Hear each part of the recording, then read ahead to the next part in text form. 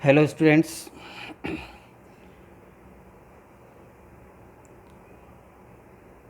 today in this video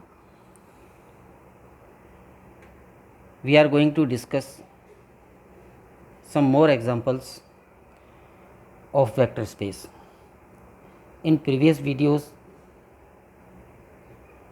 we have understood so many examples of vector space. That examples were standard in nature. वो सभी मानक examples थे. आज हम कुछ और एग्जाम्पल्स की बात करेंगे.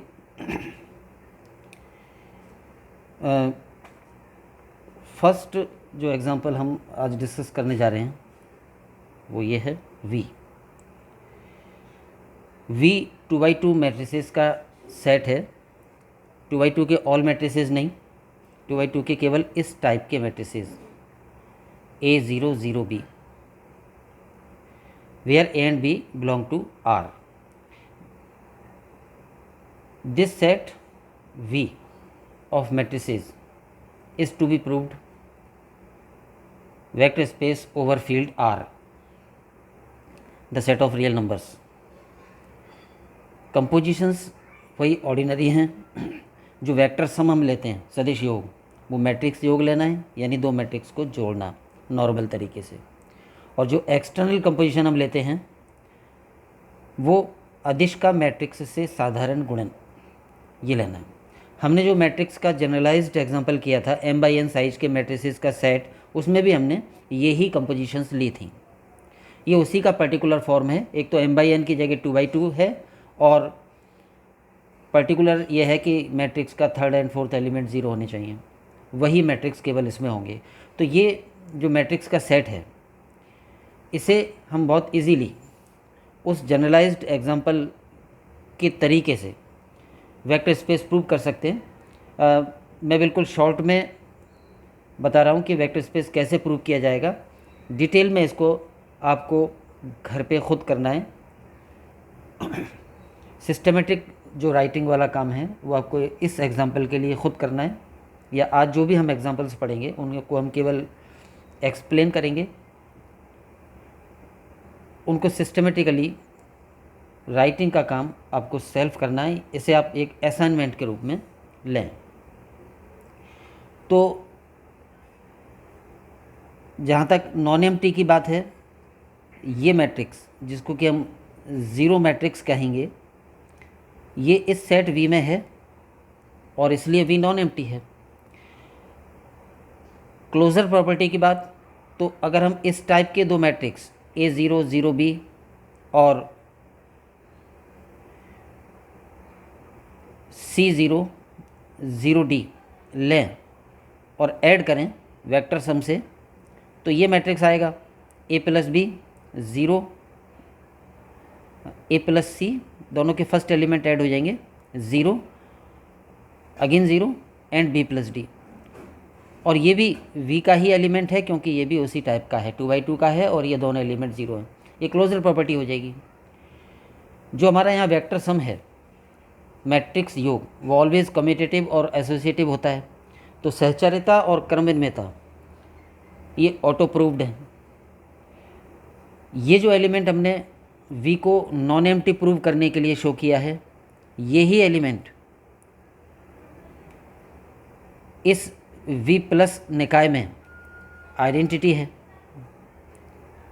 और V के किसी भी एलिमेंट का इन्वर्स क्या होगा, A0 0 B. ये V का एक एलिमेंट है तो इसका इन्वर्स ये एलिमेंट हो जाएगा -A0 0 -B, क्योंकि दोनों को ऐड करने पर 0 वेक्टर प्राप्त हो जाएगा. तो ये जो एलिमेंट है ये इसका इन्वर्स हो जाएगा. और अगर ये V में है तो A और B दोनों रियल हैं, और A और B जब दोनों रियल हैं तो -A और -B भी रियल होंगे, और जब -A और -B भी रियल होंगे तो ये एलिमेंट भी V का होगा. That is for each element of V there exist its inverse in V. तो यहाँ तक ये V प्लस निकाय अबेलियन ग्रुप प्रूव हो जाता है. यानी ये जो सेट दिया था वो मैट्रिक्स योग संक्रिया के लिए अबेलियन ग्रुप प्रूफ हो जाता है। एक्सटर्नल कंपोजिशन का वेल डिफाइंड प्रूफ करना, तो ये है कि हम कोई एक स्केलर ले लें जैसे p r का एलिमेंट और एक v का एलिमेंट ले लें a0 0b, ऑपरेट करें तो ये आएगा pa 0 0 pv। क्या होगा, स्केलर p मैट्रिक्स के चारों एलिमेंट से मल्टीप्लाई हो जाएगा और ये भी v का एलिमेंट है क्योंकि इसके भी ये दोनों एलिमेंट्स जीरो हैं और ये दोनों एलिमेंट्स रियल हैं। तो ये external composition r cross v से v में वेल डिफाइंड है, ये प्रूव हो गया।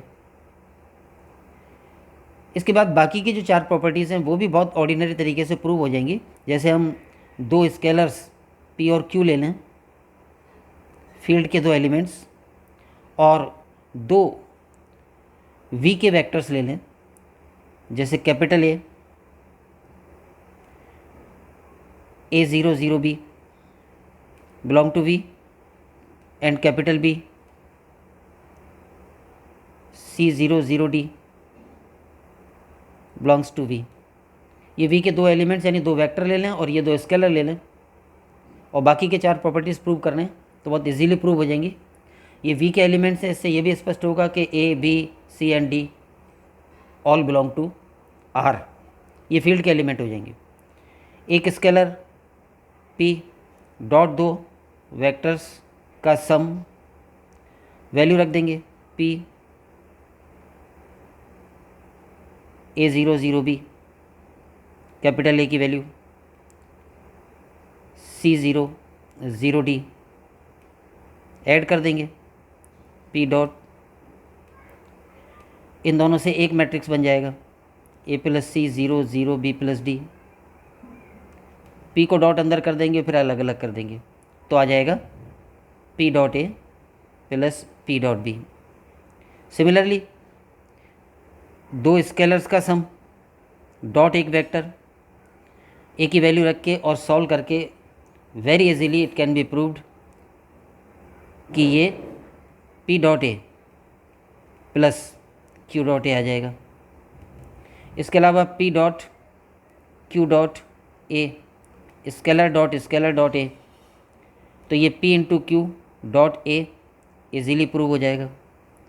तो जो हमने इस टाइप का जनरलाइज्ड एग्जांपल किया था m/n मैट्रिसेस का सेट, उसी तरीके से प्रूव होगा और ये प्रॉपर्टीज़ ये भी हो जाएगा 1 dot a is equal to a।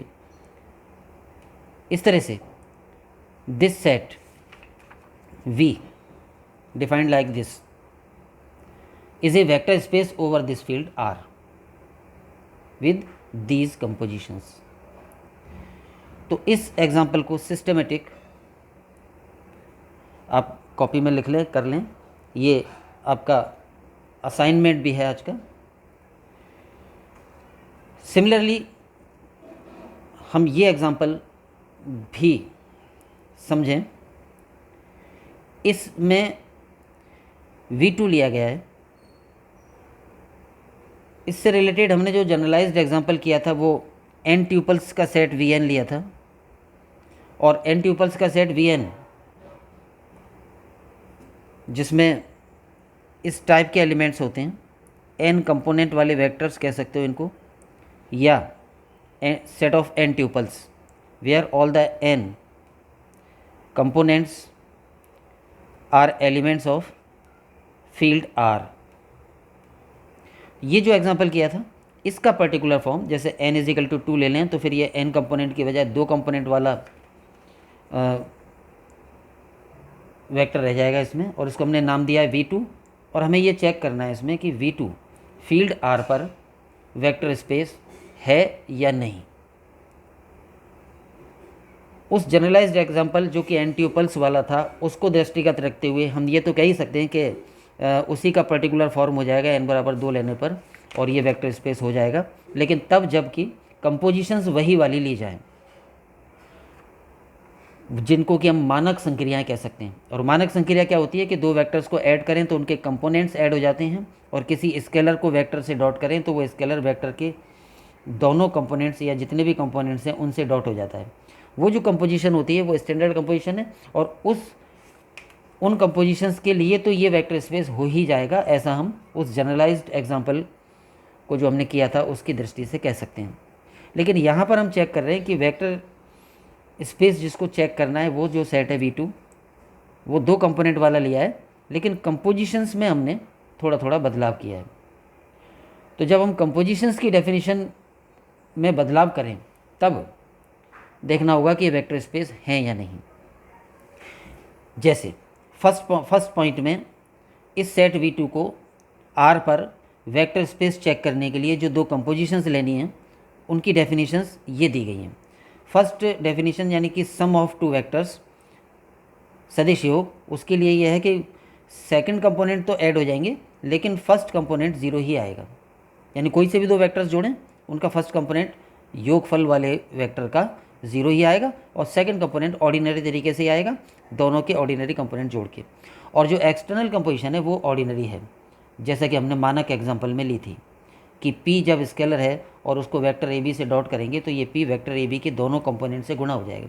यानी ऑर्डिनरी मल्टीप्लिकेशन या एक्सटर्नल जो कंपोजिशन है वो तो ऑर्डिनरी है, जो मानक होती है वही है, केवल सदिश योग की परिभाषा में बदलाव किया है। मानक परिभाषा ये होती कि जब वेक्टर AB को वेक्टर CD से ऑपरेट करें तो यहाँ A प्लस C और यहाँ B प्लस D आए, लेकिन यहाँ A प्लस C की जगह 0 लिया है। तो अगर डेफिनेशन ये वाली रखी जाए और सेट ये है V2 तो क्या ये वेक्टर स्पेस हो जाएगा? तो हम एक एक पॉइंट को सोचेंगे कि सारे पॉइंट लागू हो सकते हैं या नहीं। तो हम देखेंगे कि इसमें जो समृत गुणधर्म है क्लोजर प्रॉपर्टी वो आसानी से लागू हो जाएगी, क्योंकि ये दोनों जब हम V2 के एलिमेंट लेंगे तो ये भी V2 का ही आएगा। एसोसिएटिविटी लागू हो जाएगी या नहीं वो चेक करना होगा, लेकिन हम देख रहे हैं कि यहाँ पर आइडेंटिटी लागू नहीं हो पाएगी। जैसे इस प्रकार के जनरलाइज्ड एग्जांपल में की दृष्टि से देखें तो इसमें 0 वेक्टर ये होता 0 0 वाला, और ये आइडेंटिटी क्यों होती? क्योंकि किसी वेक्टर AB को जब हम ऑपरेट करते तो A प्लस 0 B प्लस 0 आता, यानी वही वेक्टर AB प्राप्त हो जाता, तो ये आइडेंटिटी होती। AB को इससे ऑपरेट करने पर AB ही आ जाएगा। लेकिन ये तो तब था जब सदिश योग की परिभाषा ऑर्डिनरी थी, अब सदिश योग की परिभाषा दूसरी है, तो अब ये आइडेंटिटी नहीं है। किसी जैसे फॉर एग्जांपल 3 4 वेक्टर है और 3 4 वेक्टर को मैं किसी भी वेक्टर से ऑपरेट करूं और 3 4 ही प्राप्त हो जाए ऐसा चाहूं, तो यहाँ कोई वेक्टर ऐसा नहीं हो सकता, क्योंकि यहाँ हम चाहे जो वेक्टर रखें, जो सदिश योग की यहाँ परिभाषा है उसके अनुसार फर्स्ट कंपोनेंट 0 ही आएगा, चाहे आप कुछ भी रखें, तो कोई भी वेक्टर V2 का आइडेंटिटी नहीं हो सकता। तो जो मेन पॉइंट जिससे कि ये प्रूव हो रहा है कि सदिश योग की इस परिभाषा के लिए ये V2 R पर वेक्टर स्पेस नहीं हो सकता, वो है एग्जिस्टेंस ऑफ आइडेंटिटी। इसमें आइडेंटिटी नहीं है, ऐसा कोई वेक्टर नहीं है कि AB को उस वेक्टर से ऑपरेट करें AB ही आ जाए। जैसे मैंने यहाँ एग्जांपल दिया, जब हम डेफिनेशन सदिश योग की ये वाली ले रहे हैं तो 3 4 वेक्टर को किसी से भी ऑपरेट कर लो 3 4 नहीं आ सकता, क्योंकि जो भी आएगा उसका पहला कंपोनेंट तो 0 ही आएगा, 3 4 नहीं आ सकता। आइडेंटिटी नहीं है, और जब आइडेंटिटी नहीं है तो सेट V2 सदिश योग संक्रिया के लिए अबेलियन ग्रुप नहीं होगा, और जब ये अबेलियन ग्रुप नहीं होगा तो वेक्टर स्पेस नहीं होगा, क्योंकि वेक्टर स्पेस होने के लिए सारी प्रॉपर्टीज़ का प्रूव होना जरूरी है, जिनमें अबेलियन ग्रुप हो, एक्सटर्नल कंपोजिशन वेल डिफाइंड हो, और बाकी के जो 4 प्रॉपर्टीज़ हैं V1 V2 V3 V4 वो सब लागू हो, तब वेक्टर स्पेस होता है। अगर इनमें से कोई एक भी प्रॉपर्टी लागू नहीं हो रही है तो फिर वेक्टर स्पेस नहीं होगा, चाहे बाकी सारी प्रॉपर्टीज़ लागू हो जाएं। तो जहाँ हमारा रिजल्ट ये है कि नॉट ए वेक्टर स्पेस नहीं है, तो हम बाकी सारी प्रॉपर्टीज़ को चाहे नहीं लिखें, केवल उस कारण को फोकस कर दें, उस कारण को डिटेल में लिख दें कि ये इस पॉइंट के प्रूव नहीं होने की वजह से वेक्टर स्पेस नहीं है। तो इसमें हम डिटेल में आइडेंटिटी के बारे में लिख देंगे कि इस निकाय में अगर कंपोजिशन की डेफिनेशन यह है तो इस निकाय में आइडेंटिटी नहीं है और ये वेक्टर स्पेस नहीं है।